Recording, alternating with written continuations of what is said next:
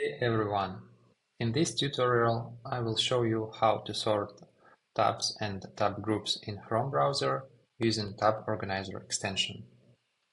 For this demo I've prepared some tabs and let's first sort tabs by title. I will open the prepared tabs.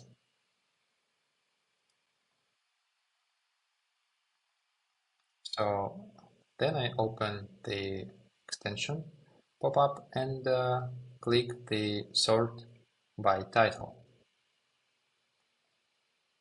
As you can see, the tabs have been sorted by title. Let's now close them and open the tabs with different domains. So now we see Walmart goes first, then Amazon, and then eBay.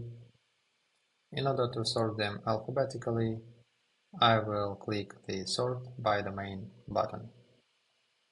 So now tabs sorted alphabetically by the domain.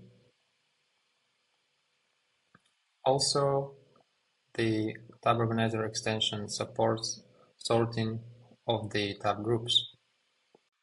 Let's create several tab groups. The tabs have been grouped automatically by the Tab Organizer extension, and let's just reorder them and try to sort by title.